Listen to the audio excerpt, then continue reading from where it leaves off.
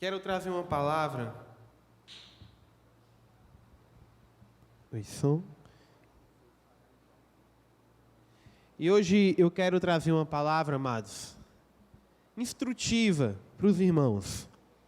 E antes disso, eu queria pedir que você pudesse abaixar a sua cabeça e fazer uma oração juntamente comigo. Eu acho que tem ar-condicionado demais ligado, né? Eu acho que se puder desligar esse do meio, tá bom?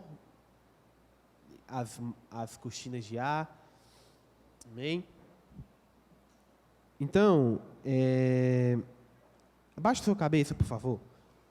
Senhor Deus e amado Pai, Todo-Poderoso, nós louvamos e engrandecemos o Teu nome.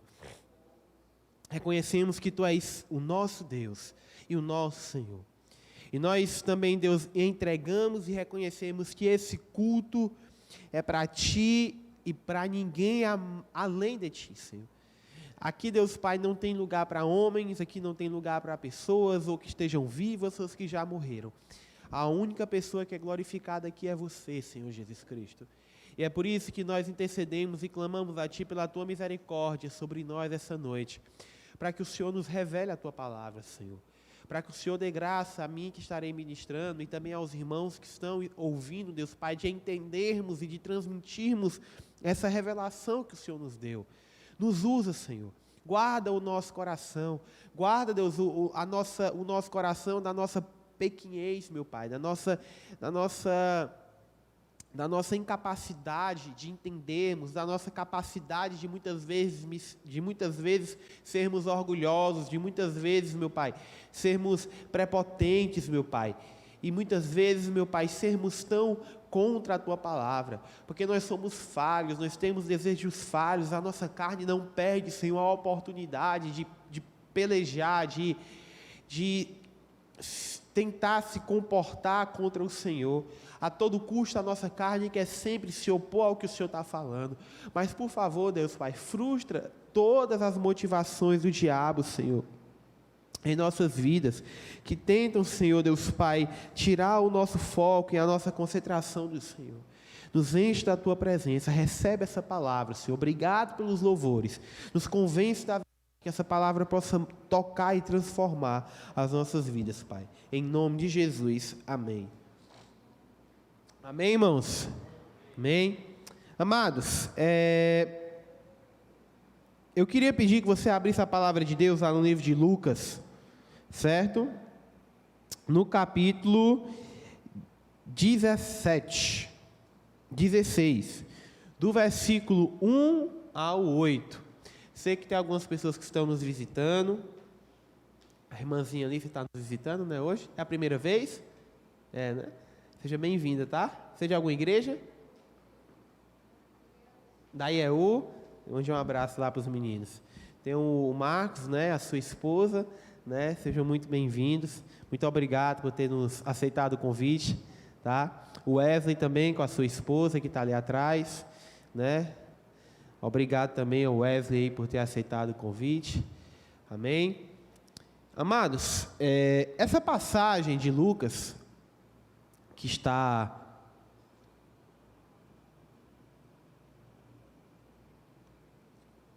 Eu estou com uma sede, que hoje, antes de vir para o culto, eu jantei 4 hambúrguer. Um pacote de M&M.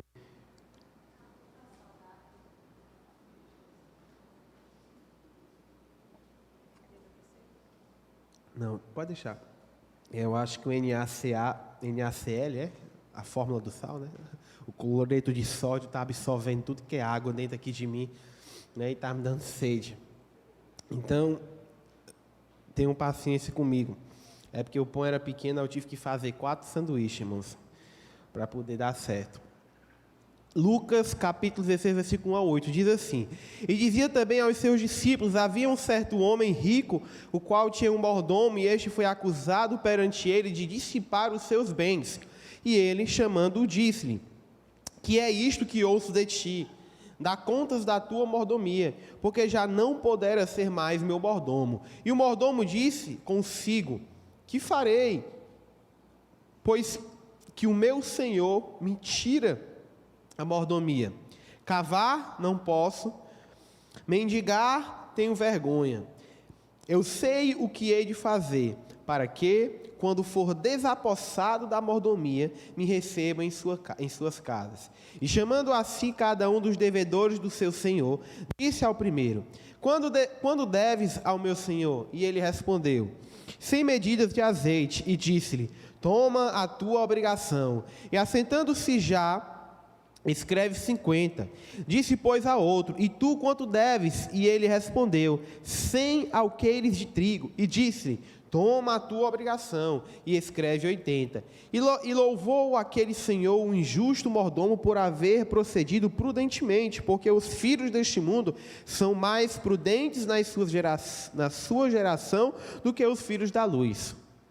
Mas, para que os irmãos possam entender mais ou menos o que aconteceu, digamos que o Luanzinho aí, né, trabalhasse para mim, e aí ele fosse meu mordomo, fosse trabalhasse na minha empresa. E eu chego pro Luan e digo assim: Luan, digamos que eu seja um agiota. Todo mundo sabe que é agiota? Amém? Alguns estão devendo agiota, né? Então, digamos que eu seja um agiota e o Luan é meu funcionário, que fazia as cobranças. Eu digo: Luan, as coisas estão indo bem, você não está trabalhando direito. Então eu vou dar suas contas. Aí o Luan disse: Não posso. Imagina, eu vou perder o meu emprego, um emprego tão bom. Imagina eu ter que trabalhar no supermercado, né?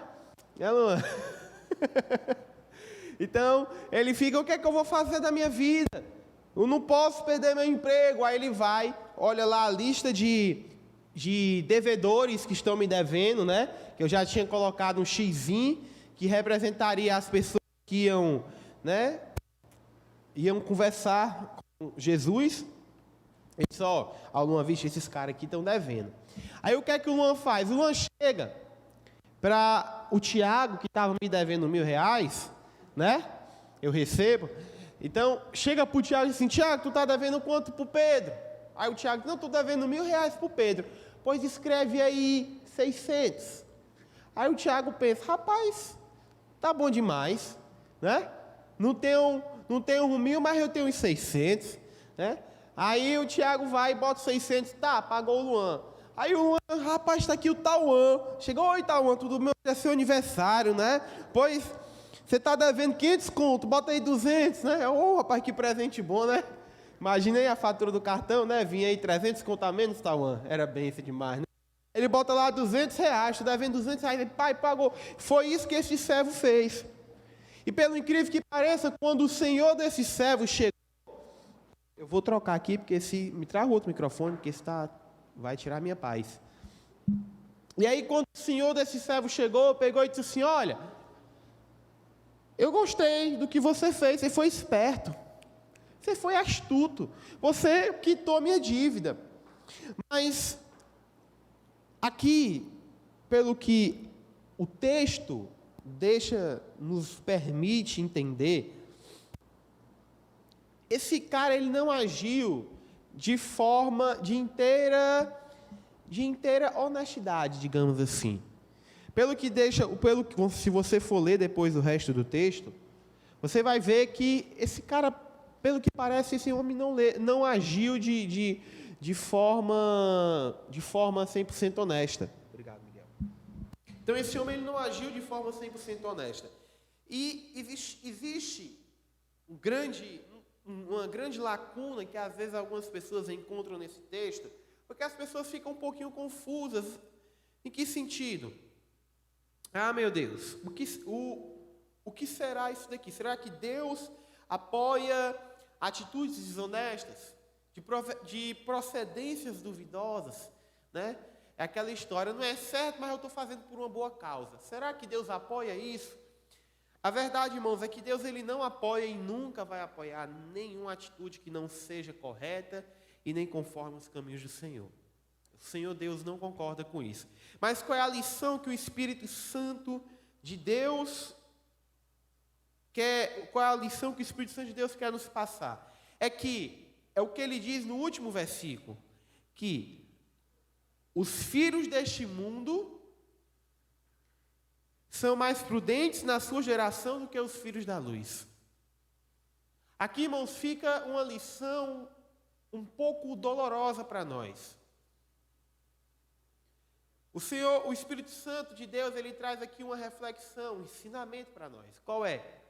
Que os filhos da luz são mais espertos, os filhos das trevas são mais espertos que os filhos da luz. E os filhos das trevas usam a sua esperteza para o mal. Os filhos das trevas usam a sua sagacidade para o mal, em vez de usar isso para o Senhor. E aqui o Espírito Santo de Deus nos traz uma lição valorosa. Qual é essa lição valorosa que o Espírito Santo de Deus nos traz?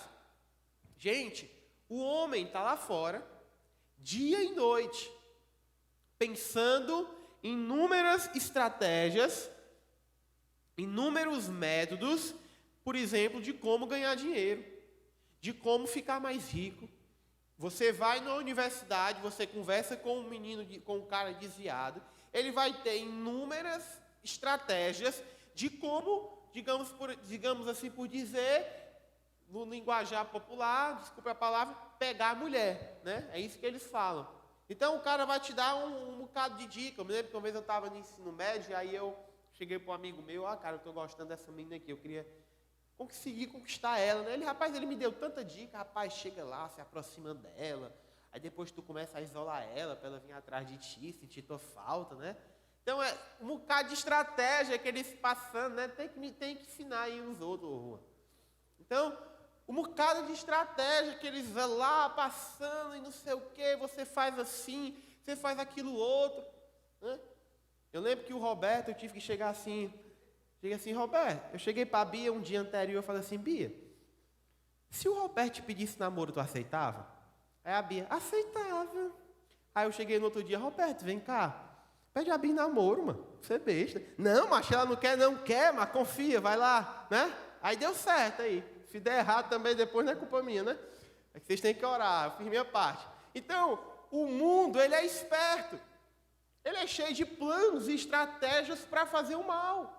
Só que nós que temos Cristo, nós que temos a verdade, nós que temos a condição de fazer o bem, não fazemos e nem nos esforçamos para isso. Uma vez eu estava numa igreja, eu fui para um evento só de passagem, até ali no Palmeiras. E nesse evento era um evento de uma determinada denominação em Sobral, e essa determinada denominação não era uma igreja em si, mas é uma igreja, né? Mas eles têm uma política de que eles colocaram lá para cantar e tocar um coitado de um irmão que ele não sabia, irmãos, cantar, infelizmente. E não estava bonito, sabe? Não estava legal, estava aquele negócio ao ponto de você chegar e você ficar um pouco espantado. E no mesmo local tinha uma banda muito boa, evangélica, pessoal mesmo assim, muito capacitado. E naquele dia, eu olhando, eu me lembro, se eu não me engano, eu cheguei para uma pessoa e falei, por que esse irmão está cantando? Não, ele é uma pessoa tão boa. Ele é um homem tão bom, irmão Zé, mas ele não nasceu para cantar. Não é o talento dele, né? Tinha um irmão aqui na igreja que ele queria fazer parte do louvor, ele fez um teste no louvor. Aí, ele não sabia, irmãos, cantar.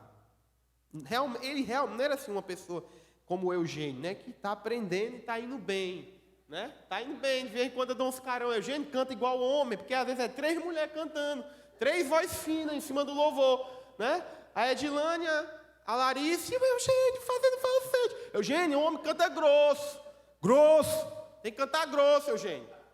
Né? E aí, agora ele tem um dia que ele cantou grosso aqui, rapaz, que eu me arrepiei todinho. Então, não é que ele... Mas é porque a pessoa realmente não nasceu para aquilo.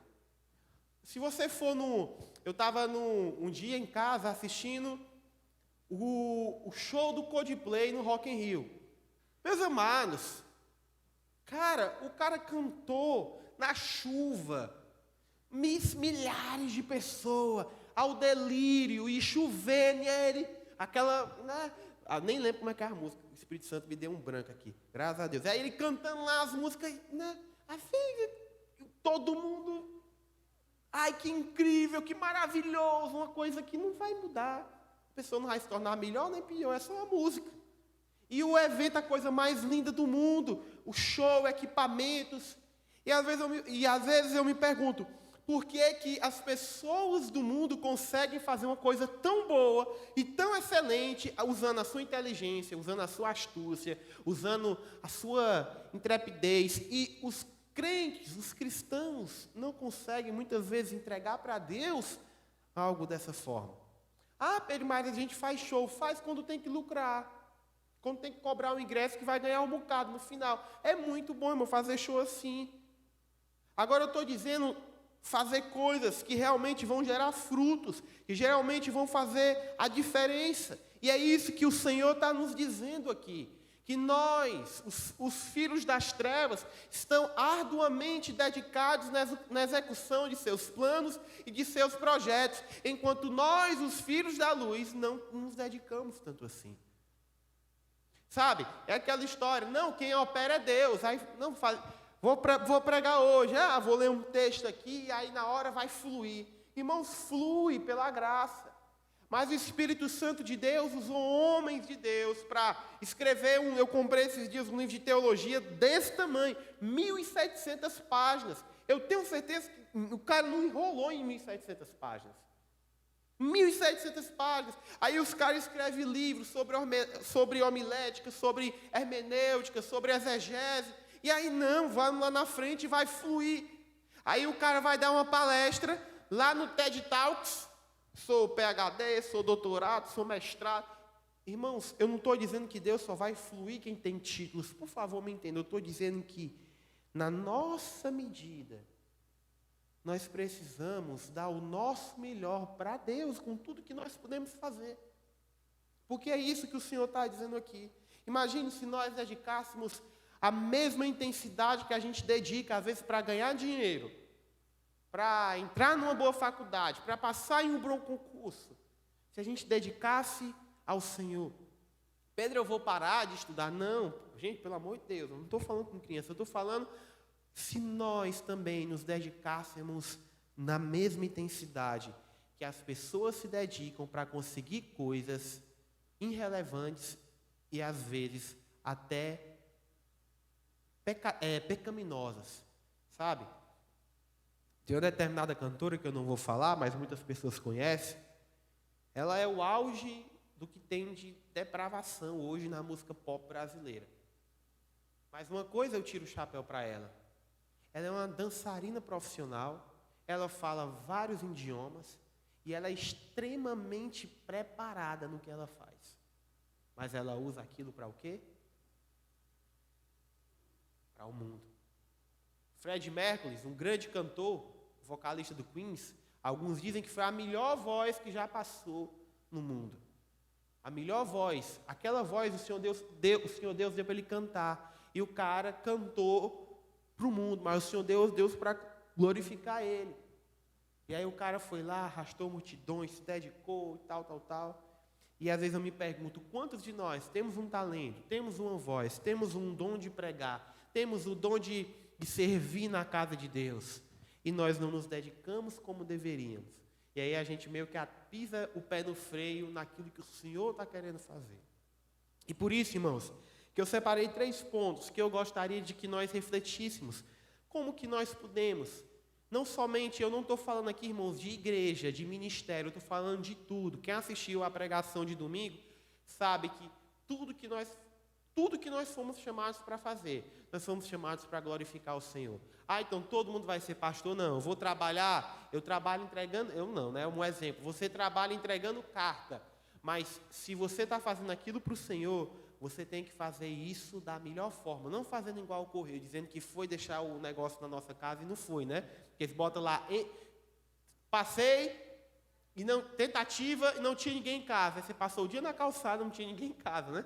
Ninguém entende dos correios. Não, se eu vou ser um carteiro, eu vou fazer da melhor forma.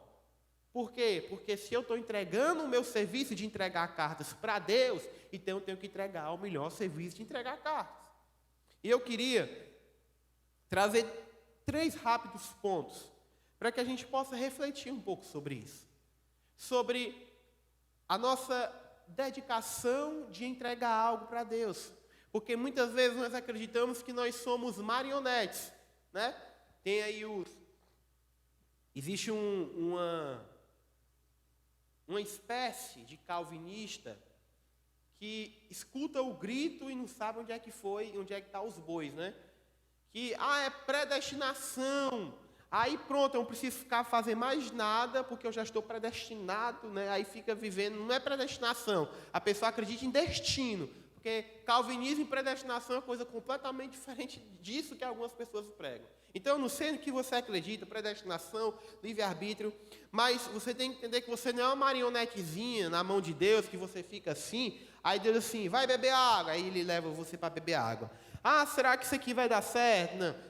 Não. Deus nos deu responsabilidades, Deus nos deu escolhas, Deus nos deu inteligência, Deus nos deu capacidades para nós tomarmos as decisões corretas, as atitudes corretas e vivermos aquilo que as nossas atitudes e decisões podem nos levar. Se você conhece um rapazinho e aquele rapazinho não é de Jesus, aí a sua mãe diz assim, esse rapazinho não é de Jesus, não é bom você ficar com esse rapazinho, e você fica, tem uma grande chance daquele rapazinho que não é de Jesus, que você acredita que é de Jesus, que você sabe que não é de Jesus, mas está se enganando achando que ele é de Jesus, te fazer sofrer. Eu já vi isso várias vezes. Tem aquela história, a mamãe diz, vai estudar, nenê, vai estudar para você ser alguém na vida. Aí você não estuda. Você não consegue estudar, porque tem que jogar videogame, tem que jogar bola na rua, tem que assistir série. E aí quando você vai ver depois, vem o vestibular, né? E a rasteira, que você cai de cara no chão. Só para a gente entrar nesses 3 pontos, uma vez um irmão chegou para mim e disse assim, eu tinha o sonho de passar em determinado curso na UVA, né? Aí o irmão chegou, Pedro, Deus me deu uma revelação. Irmão? Foi. Sonhei, a gente raspando a sua cabeça, porque você tinha sido aprovado no vestibular. Você foi aprovado. Você passou. Foi mesmo? Foi, irmão. Você passou no vestibular que você queria, com 17 anos. Ia fazer a UVA no final do ano. Aí eu passei. É isso aí. Eu vou estudar para quê? A minha vitória é garantida. Irmãos, final do ano, Deus, o que aconteceu? Qual foi o pecado que eu cometi, que eu não passei, né? Peguei a famosa rasteira, né?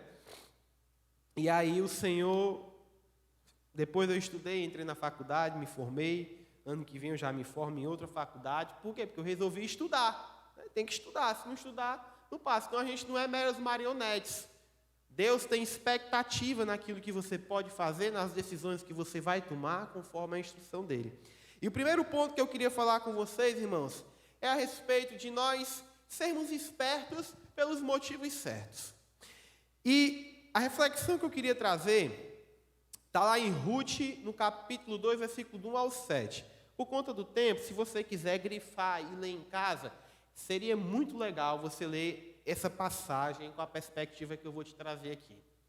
Ruth, ela era uma mulher natural da cidade de Moab, eu acho que é esse o nome. Ela era moabita.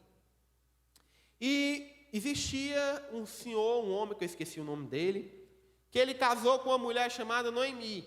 E eles tiveram 2 filhos. Esse homem, a sua mulher e os seus 2 lindos filhos se mudaram para a cidade de Moab, porque em Israel estava tendo uma grande fome. Chegando lá, os seus filhos encontraram cada um esposa para si, e um deles se casou com essa mulher moabita chamada Ruth. Passou-se o tempo e os homens morreram, e ficou somente Noemi e as suas 2 noras. E o que é que aconteceu? Noemi chega para Ruth, para outra nora dela, e diz, olha, os homens morreu, vai ficar difícil as coisas aqui em casa, vamos passar um pouquinho de fome, então vocês 2 estão dispensadas, vocês não devem mais nada a Deus e nem a ninguém, porque os homens morreu e agora, minha irmã, seja o que Deus quiser. A outra nora diz, rapaz, eu vou embora mesmo, porque já está difícil me sustentar, imagina sustentar uma velha, né? Aí a Ruth disse assim, de forma alguma, eu fico com a senhora, Noemi, minha senhora, vai embora, você é bonita, você é nova, vai ir conseguir, vai se casar, vai arranjar um homem. Ela, não, de forma alguma. Eu vou ficar com você, eu vou cuidar de você, nós duas aqui enfrentamos esse mundão e a gente resolve. Então as duas voltam para Israel, para a terra, se não me engano era em Belém, Judá. Eles voltam lá para, eu acho que eles eram de Judá, eles voltam lá para Judá. E Ruth estão lá nessa determinada situação e tem todo um trâmite, é um livro muito bom, são somente 4 capítulos. E tem todo um trâmite que Ruth e Noemi, no caso Ruth, precisava de um esposo para poder resolver uma terra lá que eles precisavam. Só, irmãos, que nessa passagem de Ruth, capítulo 2, versículo 1 ao 7, diz assim, ó: E tinha Noemi um parente de seu marido, um homem valente e poderoso da família de Elimelec, e era do nome de Boaz. E Ruth, a moabita, disse a Noemi: Deixa-me ir ao campo e apanharei espigas atrás daquele cuja os olhos eu achar graça. Irmãos, olha aí a esperteza de Ruth. Ela chega para Noemi e diz assim: olha, eu vou ali no campo e vou apanhar espigas, né? Aí você imagina, né? Ruth vai lá no campo, aí tá o Boaz ali, né? Aí ela, uma espiga, Boaz, tudo bem, sorrindo, né? Foi vender o peixe dela. Com certeza era uma mulher bonita, atraente, né? Ela não usou métodos pecaminosos, né? Mas aquele negocinho, né, de filme americano, esbarra ali, derruba as espigas, aí Boaz olha para ela, né? Ai, meu Deus, é ele, né? Então, a palavra de Deus vai dizer que Boaz viu a Ruth e ficou, né, mexido. E aí começa a desenvolver um relacionamento com Ruth e Boaz.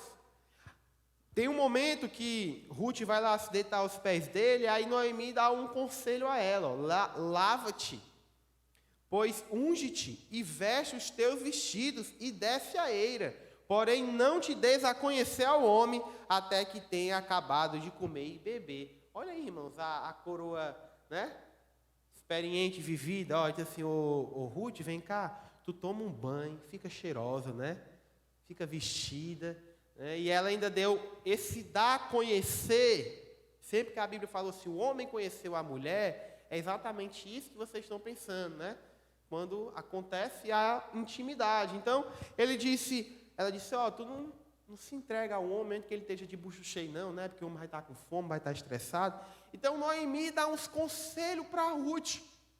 E claro que no decorrer da história, você vai lá em casa, você vai ver que Ruth, ela faz tudo certinho, né? Não faz nada antes do casamento, faz tudo bonitinho, faz tudo do jeito mais lindinho e belo possível. Mas o que é que eu quero que a gente entenda aqui? Que Ruth, ela poderia ter ficado lá com Noemi se lamentando, né? Poderia ter ficado lá com Noemi se lamentando: que vida dura, que vida difícil. Ninguém me ama, ninguém me quer. Senhor, estou sofrendo. Senhor, estou padecendo. Mas não. Ela diz: rapaz, acabamos de chegar aqui, vamos trabalhar, vamos botar aqui as coisas para jogo.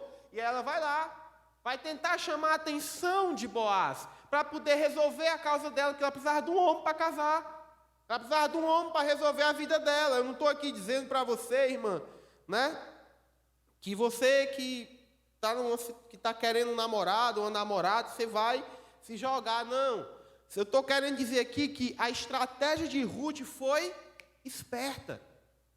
Foi esperta. Não tem na Bíblia dizendo assim: e Ruth chegou e apareceu um anjo para Ruth e diz: Ruth, vai apanhar espigas, porque o teu homem vai te ver. Não, ela pensou: rapaz, o que é que eu posso fazer para encontrar a minha provisão? Ela foi esperta, ela foi inteligente. Ela usou o que ela tinha, ela usou os métodos que ela tinha para poder conseguir a sua bênção, para poder conseguir a provisão. E às vezes nós estamos em casa, passamos o dia todo reclamando da vida, reclamando que nada dá certo, mas aí nós também não tomamos nenhuma provisão. A grande cartada de Ruth aqui foi dar uma oportunidade para que Deus abençoasse. Essa foi X da questão para Ruth. Ela deu uma oportunidade para Deus abençoá-la. Às vezes a gente eu quero ser abençoado, eu quero que as coisas dêem certo na minha vida, mas aí não entrega um currículo, não faz um curso de pós-graduação, não estuda para um vestibular, não vai atrás do emprego, fechou o catálogo da Netflix, fechou o catálogo de todas as redes de streaming e não resolve nada. Por quê? Porque está só em casa, dormindo. Mas Ruth, ela foi esperta, ela foi, não vou ficar aqui parada. Então Ruth, ela criou uma oportunidade para ser abençoada. Eu me lembro que quando eu queria casar, eu disse, Deus, eu vou casar. Eu vou casar. E eu preciso de um emprego. Preciso de um emprego, Jesus. E aí, chega para mim a mensagem, essa empresa aqui está contratando. Eu vou para ser vendedor, não tem problema não, a gente vende. Não é assim, não, eu quero casar.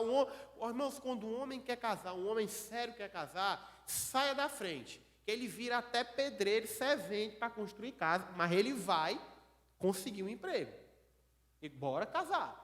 Aí eu peguei, botei lá o meu currículo, irmãos, em jejum, oração, nunca jejuei tanto na minha vida para um emprego dar certo. Plena pandemia. O dono da empresa disse assim, nós não precisávamos, a minha coordenadora, né, que era minha coordenadora, assim, olha, eu não precisava de ninguém nessa empresa. Não precisava, eu disse para o dono, para o gerente, não preciso contratar uma pessoa para esse setor. Mas ele disse, contrate o fulano, contrate esse meninozinho. Eu não sei o que ele viu em mim, irmãos. Aí, contratou. Eu poderia ter ficado me lamentando. Vinham por todos os cultos de oração. Senhor, manda um emprego. Irmãos, não ia aparecer um anjo com uma maleta de dinheiro para eu conseguir casar. Fiz minha parte, irmão. Fui atrás, botei currículo tudo que é canto. Até para mototáxi eu botei currículo, irmãos. Onde aparecia uma vaga, currículo. E aí Deus foi lá e abriu as portas. Ou seja, nós temos que dar oportunidades para que Deus nos abençoe. Aí você pode estar pensando, Pedro, Ruth era uma mulher interesseira? Porque então Ruth era interesseira, ela foi atrás de Boaz apenas para resolver o problema dela. Não, irmãos, Ruth não era uma mulher interesseira. As intenções de Ruth eram intenções puras. Ela abriu mão de uma vida, que ela poderia ter seguido a vida dela para cuidar de uma senhora, a sua sogra. Ela foi lá e casou com Boaz, ela foi uma mulher decente, ela foi uma mulher honrada. Ela deu um filho a Boaz, ela deu Jessé foi Jessé ou foi Obed? Não sei. Eu sei que ela é da descendência de Davi. Ela escreveu o nome dela na descendência de Cristo. Ou seja, uma mulher séria, dedicada. Por que muitas vezes nós não conseguimos aquilo que nós estamos tentando? Porque a gente tem propósitos bestas. Porque a gente tem propósitos sem sentido. Porque antes de eu querer casar, tudo que eu queria era comprar um videogame. Então Deus não me deu um emprego, porque o meu único propósito era comprar um videogame. Depois de casado, eu ainda quero um videogame. Mas Deus também me deu uma mulher sábia, né, que sabe dizer não. Né? Não, você não vai comprar um PS5 de 5 mil reais. Por mais que eu não entenda o motivo da proibição, que problema existe de parcelar em 24 vezes um PS5, né? Eu não entendo, consigo compreender. Mas ela é sábia e não me deixa fazer essa loucura, né? E como eu tenho medo dela, eu não compro. E também de ficar sem comer, né? Então, os propósitos de Ruth eram puros, eram sábios. E nós que somos jovens, que temos com a vida toda pela frente, estamos lá lamentando, Deus, porque nada dá certo, porque você só está pedindo besteira. Irmão, se você já tem seus 18, 19, 20 anos, está na hora de crescer, de resolver as coisas na vida. Vai estudar, vai fazer uma faculdade, entra no cursinho, arranja um emprego. Pense daqui a 3, 4 anos, quando você vai ter que sustentar a sua mulher, quando você vai ter que sustentar a sua família, que você vai ter que sustentar a sua casa, para dar uma condição de vida para a sua esposa, para a sua família. Para você ser um homem honrado na sociedade. Irmãos, não tem coisa melhor do que você chegar no mercantil com a sua esposa, fazer as compras, se encher os peitos, tirar o cartão e dizer, passe no débito. Chegar a voz fica mais grossa. Passe no débito aí. Ele aproxima. Um dia o cara do caixa, estou tudo arrepiado aqui. Porque, como que você vai pagar? Eu não sei, mas pague. Irmãos, por quê? Porque nós precisamos decidir nossa vida. O mundo está cheio de pessoas com sucesso lá, e nós aqui na igreja sempre numa...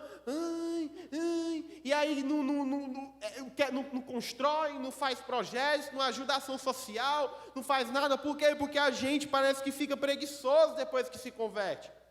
Mas lembre, dê oportunidade para Deus te abençoar. Não é chegar a Deus, me dá dinheiro. É Deus, como que eu posso ganhar dinheiro? Deus, me dá uma mulher. Deus, o que eu preciso fazer para ter uma mulher?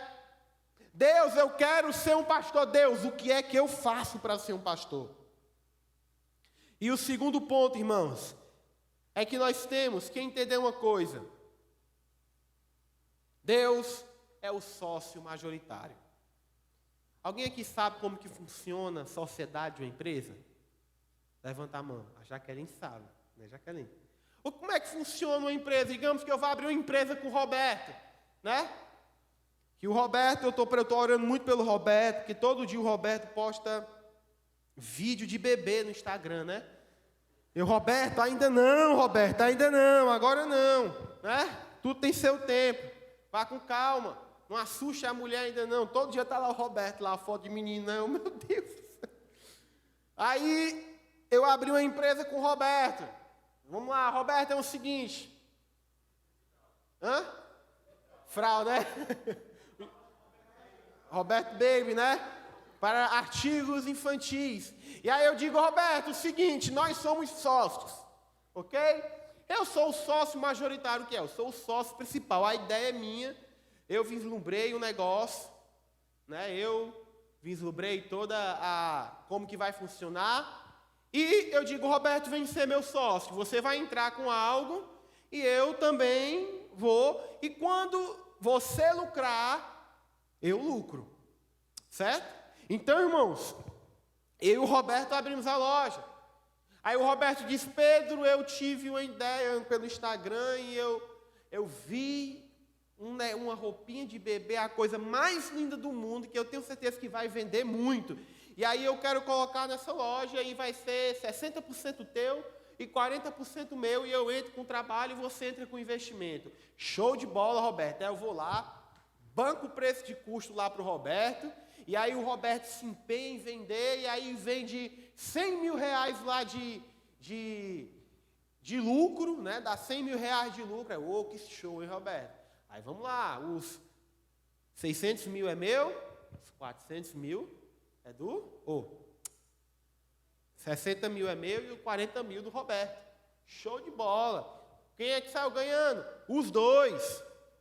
Mas sabe qual é o nosso problema, irmãos? É que nós temos uma sociedade com Deus. Ele é o sócio majoritário, mas só a gente quer ganhar. Deus, Ele quer ser o sócio majoritário dos nossos empreendimentos que nós fazemos. Tanto financeiros, tanto relacionamento, tanto vida ministerial, tudo. Jesus, Deus é o sócio majoritário. Como a palavra diz lá em Coríntios. Tudo que fizeres, você faz para a glória do Senhor. O meu trabalho é de quem? É de Deus. E aí, às vezes, do meu trabalho, Deus não está pedindo 60%. Deus não está pedindo 50%. Deus pede 10%. E a gente ainda nega ao Senhor as participações. Pedro, eu não posso ser abençoado. Deus não quer me abençoar. Lá em Tiago, capítulo 4, versículo 3, vai dizer assim: pedis e não recebeis, porque pedis mal, para gastarem em vossos deleites. E aí você se pergunta, eu não posso ter recompensa, eu não posso ganhar, eu não posso ter. O Senhor Jesus vai dizer em Mateus capítulo 7, versículo 9 e 11, qual dentre vós é o homem que, pedindo-lhes pão ao seu filho, lhe dará uma pedra? E pedindo-lhe peixe, lhe dará uma serpente? Se vós, pois, sendo maus, sabeis dar coisas boas aos vossos filhos, quanto mais vosso Pai, que está nos céus, dará bens aos que lhes pedirem. Amados,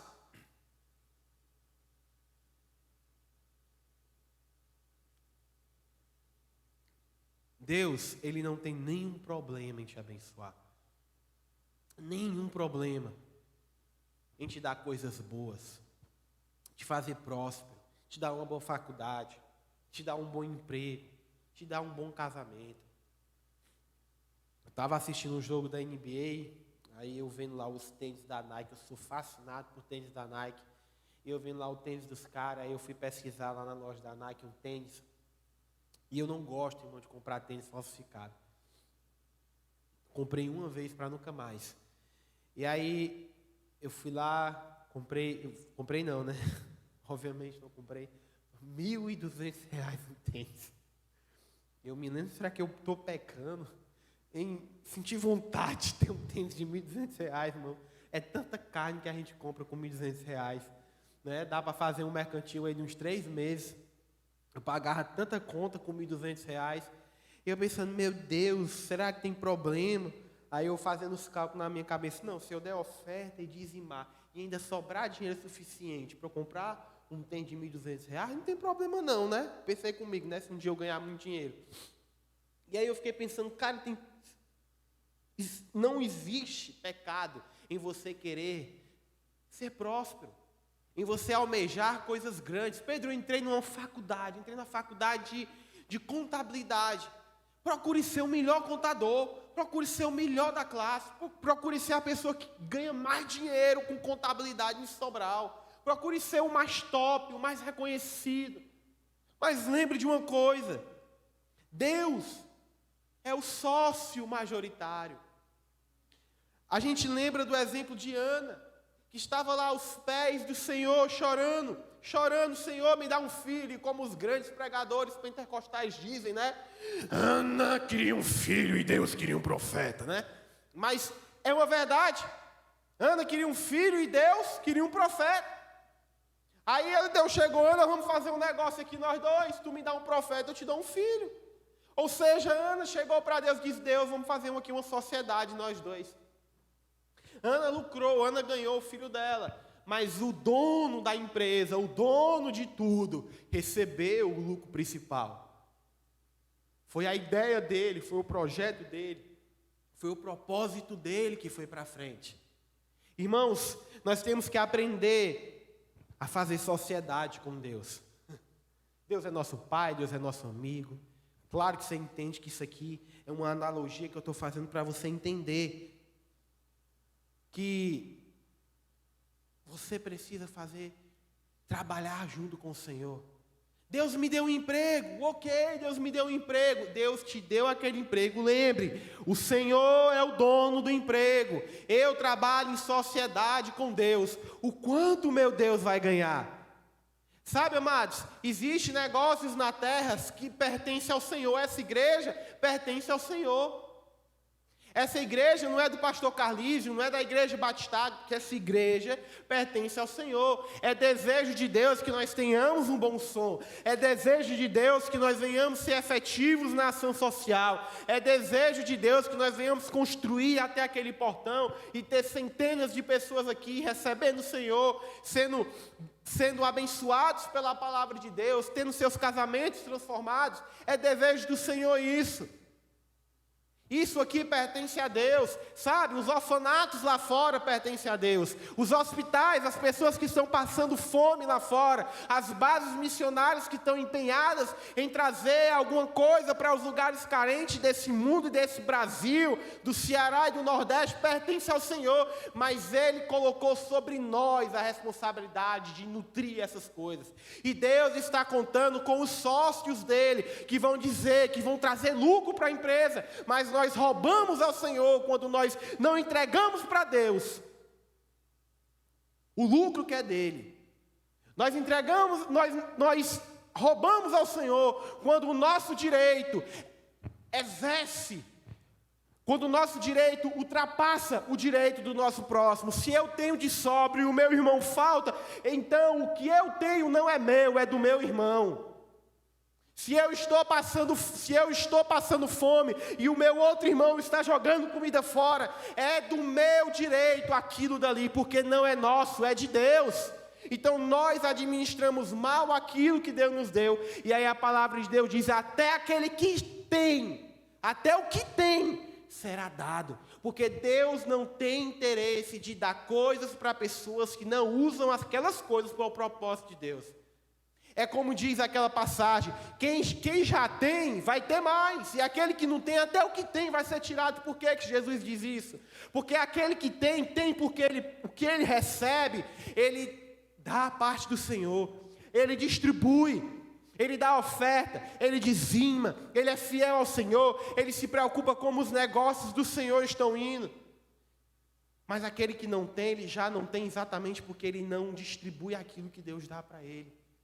Então Deus não tem interesse de abençoar pessoas mesquinhas. Deus não tem interesse de abençoar pessoas que não estão dividindo com Ele a glória. Não é só dinheiro, irmãos. É a tua capacidade intelectual, é o teu tempo livre, é o teu relacionamento, é o teu casamento. É o que você tem dado a Deus. É a tua vida pertence a Jesus, mas nós queremos uma vida que só nos beneficia. Deus é o sócio principal, Deus é o majoritário.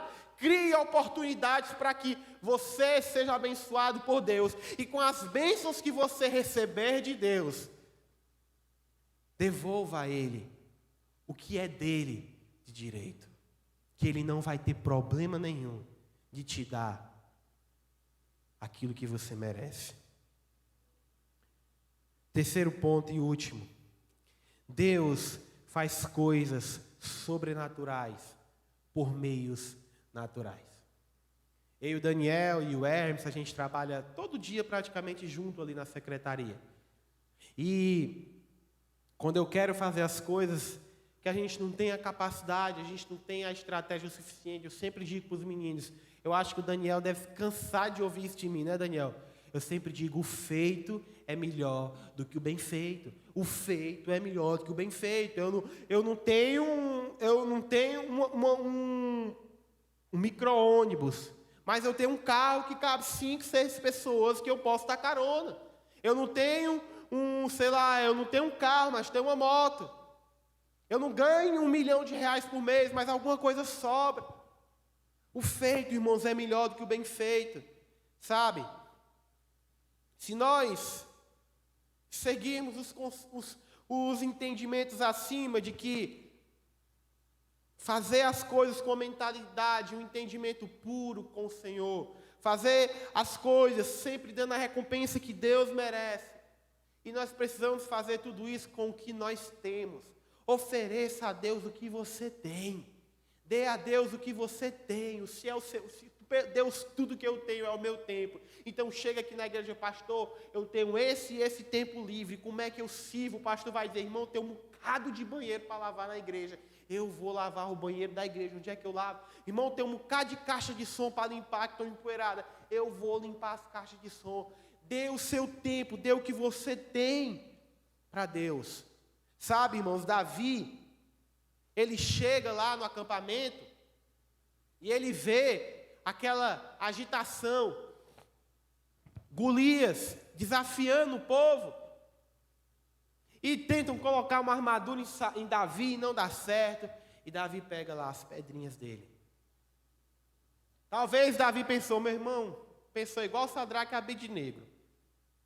Rapaz, Sadraque, Mesaque e Abednego, olha, se Deus quiser, eu vou sair vivo, mas se Deus não quiser, eu vou morrer queimado, mas o que importa é que eu não vou me dobrar diante desse Baal. Então Davi vai e diz, olha, quem é esse incircunciso para falar assim do Deus de Israel? Sabe, Davi deve ter pensado, rapaz, se eu vou sair vivo, eu não sei. Eu sei que eu tenho 5 pedras. Sei que eu tenho uma pedra e uma baladeira, irmão. Eu tenho uma pedra e uma baladeira. E Davi lasca ali a pedra no meio do quengo de Golias. Que eu acho que um anjo pegou esse truque. Davi era sobralense, irmãos. Homem bom de pedrada, né? Lasca uma pedrada no meio da testa de Golias e do Golias cai durinho no chão. Ou seja, Deus faz coisas sobrenaturais por meios naturais. Nunca, em hipótese alguma, uma pedra derrubava um homem de quase 3 metros. Mas tudo que Davi tinha era isso. Sabe, você tem sonhos, você tem desejos, você tem vontades, Deixa eu te dizer uma coisa, começa com o que você tem. Faz com o que você tem. Pedro, o que eu tenho é isso, o que eu tenho é a minha faculdade, sabe? Vai com o que você tem. Eu tenho é o meu tempo, o que eu tenho é a minha profissão, vai com o que você tem. Vai que Deus vai fazer coisas sobrenaturais por meios naturais na tua vida. O que Ele quer é que você vá lá e faça. Nós não devemos deixar de fazer nada para o Senhor por nos sentirmos incapazes, por não sentirmos bons o suficiente. Vai lá e faz. Vai lá e desenrola. Não tem ninguém, é só você mesmo. Vai lá, irmãos. Nós temos que saber disso, que eu escutei em uma pregação lá em Fortaleza, e isso mexeu comigo. O povo lá fora está com toda a coragem do mundo. Se você citar o exemplo de homens, vários homens conhecidos lá, você vai ver, você vai estudar lá a história do Messi. O cara ganhou a Copa do Mundo, foi o melhor do mundo, teve que tomar remédio para crescer, porque era pequeno demais, não desenvolvia. Ou os times de futebol dispensam jogadores pequenos, o cara foi o melhor do mundo, todo mundo esculhambou ele na Argentina, que ele nunca trazia uma Copa, o cara foi lá e trouxe uma Copa. Aí a gente tem vários exemplos desse tipo, de pessoas incapazes, de pessoas que não são boas o suficiente, e às vezes nós que temos um Deus que pode fazer tudo, estamos em casa olhando para o espelho e dizendo: eu não sou bom, eu não sou bonita, eu sou feio, eu sou feio. Irmãos, não desista, vai com o que você tem, vai com o que você tem. Quando eu conheci a minha esposa, eu vi aquela coisa mais linda do mundo, e eu disse: rapaz, tomara que ela nunca descubra que eu sou feio e que ela é bonita. Eu fui com o que eu tinha, deu certo, casei, está aí, a mulher linda dessa. Vai com o que você tem, irmãos. O que eu tenho, isso aqui é 5 pedras, não importa, vai com as 5 pedras, começa. O meu sonho é botar uma empresa tal, começa. O meu sonho é ser irmãos, eu sempre sonhei em ser um pregador, mas eu não sabia falar. Eu enrolo até hoje palavras. Tinha dificuldade de escrever, dificuldade de ler. A professora dizia na escola que eu era burro, que eu não sabia ler. Eu já contei isso uma vez, eu lá no Colégio Santana. Ixi, eu falei o nome do colégio. Lá no colégio, não era o Santana, é outro colégio, é outra cidade, né? Eu lá sentado, e aí eu fazendo a redação, eu tirei assim os papéis que eu tinha imprimido para fazer a argumentação da redação. Escrever, irmãos, eu escrevia, meu Deus, eu era tão burro. Escrevia tão feio. E eu escrevendo, aí olha, professora, ele tá colando, ele não está tirando da cabeça dele. A professora: deixa, não mexe não, pelo menos está quieto. Irmãos, aquilo me deixou com tanta raiva. Sua bicha, eu te pego um dia você vai virar meu nome, né? E aí, não, pelo menos está quieto. Sabe, irmãos, eu tenho uma coisa comigo, eu acredito nas pessoas improváveis. Eu acredito nos esquecidos, eu acredito nos incapazes. Porque um dia eu fui um esquecido, um dia eu fui um desprezado, um dia eu fui uma pessoa que ninguém acreditava, um dia eu fui alguém que tiraram chacota de mim.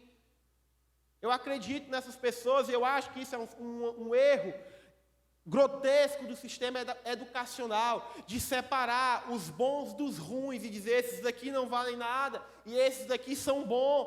Eu conheço um bocado de gente que era da sala Prime, da sala A, que, irmão, fracassou na vida, está trabalhando aí qualquer coisa, que eram os bichãozão. Sabe, irmãos, eu acredito nas pessoas, porque quando nós fazemos com o que nós temos, nós conseguimos. Eu sempre brinco que a minha mãe chegava para mim e dizia: meu filho, todo dia se chegue no espelho e diga que você é lindo, porque ninguém no mundo vai fazer isso por você. Então, irmãos, a pessoa pode me chamar de feio, a pessoa pode dizer o que for de mim, não vai adiantar, porque eu me acho lindo, eu me acho forte, bonito, até magro. Eu me acho até magro. Não adianta. Não, irmãos, temos que ter uma autoestima, não é ser orgulhoso, é pensar mais de nós, e para que nós venhamos a conseguir coisas grandes. A palavra de Deus diz que nós somos luzes, que temos que ser colocados num monte para brilhar. Deus te chamou para brilhar. Se tem uma pessoa que pode ir lá fora e vencer, é você, mais do que os que estão lá. Porque os que estão lá estão somente pela própria sorte. Você tem Cristo. Se você unir o seu esforço, sua dedicação e seu trabalho duro com o poder de Jesus Cristo, você vai longe. E eu tenho certeza que vocês podem ir longe. E podem entregar para o Senhor aquilo que é dele. E se nós conseguirmos conquistar os lugares altos dessa terra, se nós conseguirmos prosperar, e nós formos fiéis ao Senhor com aquilo que Ele colocar em nossas mãos, nós vamos construir hospitais nessa cidade, nós vamos construir escolas nessa cidade, nós vamos sustentar missionários no sertão cearense, no sertão nordestino, nós vamos pegar jovens e vamos enviar para as nações, vamos sustentar eles e suas famílias lá, porque Deus vai nos fazer grandes em favor do reino, porque o que o Senhor nos deu não é para nós, é para eles. Vocês estão no começo da vida, estão no momento de decidir que faculdade eu faço, que emprego eu consigo. Procure a melhor faculdade, procure o melhor emprego, a melhor empresa, seja o melhor lá no mercado. E quando Deus colocar, e quando a recompensa vier na sua mão, entregue para o Senhor o que é dele, para o favor do reino. E para nós concluirmos, irmãos, eu só queria deixar um rápido entendimento. Saiba de uma coisa: a sua infidelidade rouba a provisão de Deus. Lá em Juízes capítulo 2, do versículo 1 ao 4, acredito que o autor de Juízes gasta ali um tempo apresentando para o povo o erro de Israel, que foi se afastar do Senhor, que foi ignorar o Senhor, que foi se esquecer de Deus. E isso custou deles a plenitude da bênção. Porque a palavra de Deus é recheada de passagens que diz: eu darei essa terra para vocês, vocês irão prosperar aqui. Mas o Senhor também traz sentenças a ele, dizendo: vocês perderam isso e isso por causa do pecado de vocês. Amados, o pecado rouba a bênção. O pecado rouba a provisão. O pecado rouba aquilo que Deus tem separado para nós. Por isso que nós precisamos ter uma vida santa. Às vezes nós não somos mais abençoados. Às vezes nós não conseguimos mais coisas em nossas vidas por conta do pecado que a gente não larga. E aí a gente amarra a nossa vida. Às vezes amarra um relacionamento. Sabe? Pedro, eu quero casar. Eu quero ter um casamento, uma casa linda. Seja santo. Se guarde. Você vai ter uma vida santa com a sua esposa, com seu futuro esposo. Pedro, e agora eu sou tão pecador, acabou para mim? Não. Arrependa-se. Entenda, ninguém é perfeito. Todos erramos. E assim como o povo de Israel, só será completo a nossa bênção quando chegarmos na eternidade, no gozo eterno. E é exatamente por isso que todo o nosso trabalho e dedicação não deve ser visando somente a recompensa dessa terra, mas deve ser dedicado a conquistar aquilo que Ele tem para nós. Porque só lá, nós vamos ter tudo. Eu acredito que a gente vai chegar no céu e Deus vai dizer: olha aqui, Pedro, tá olhando ali? Tudo era teu. Aí vai ter lá um Nord Stage 5, um teclado Nord Stage 5 lá, com a mais linda do mundo. Vai ter assim um MacBook, um iPad, um PC Game, assim, de 5 telas, assim. Aí os FIFA 23, PS5, um pacotão de MM, assim, desse tamanho. Uma caixa de Pringles, né, que chama, é? Pringles, sim, tal. Vou abrir assim um armário, só Jordan, assim. Uau. Assim, aí você está vendo tudo o espelho. Eu tô, Jesus, você pensou comigo. Tá aquela casa ali, ó, na praia, na beira ali, aquela rede. Tudo para você, Pedro. Mas a gente tem que conversar, Pedro. Vem cá. Lembra aquele dia? Vou passar aqui no telão. Não estou lembrando, não. Ah, Deus, lembrei, ó. Ô vacilo, né? Pedro, ô vacilo, né, irmão? Pronto, por causa desse dia aqui, eu vou tirar aqui esse pacote aqui de M&M, certo? Oh, Deus, M&M não, Senhor. Pelo amor de Deus. Vou. Aí, passou o outro aqui. Eita, Pedrão. Custou aquela rede ali, ó, que tu ia deitar. Sabe, amados, eu acredito que no céu, infelizmente, a gente vai perder alguns galardões por conta de coisas que nós fizemos aqui. Mas saiba de uma coisa, quanto mais você acumular tesouros lá, nessa vida, mais você vai receber quando chegar lá. Deus tem um grande galardão para você, que não tem nada a ver com tudo isso que eu falei. Mas eu sei que é uma coisa muito boa, que vai te fazer muito feliz. Então seja santo o máximo que você puder, para que você experimente de Deus tudo aquilo que Ele tem para você. Amém? Se coloque de pé, vamos orar.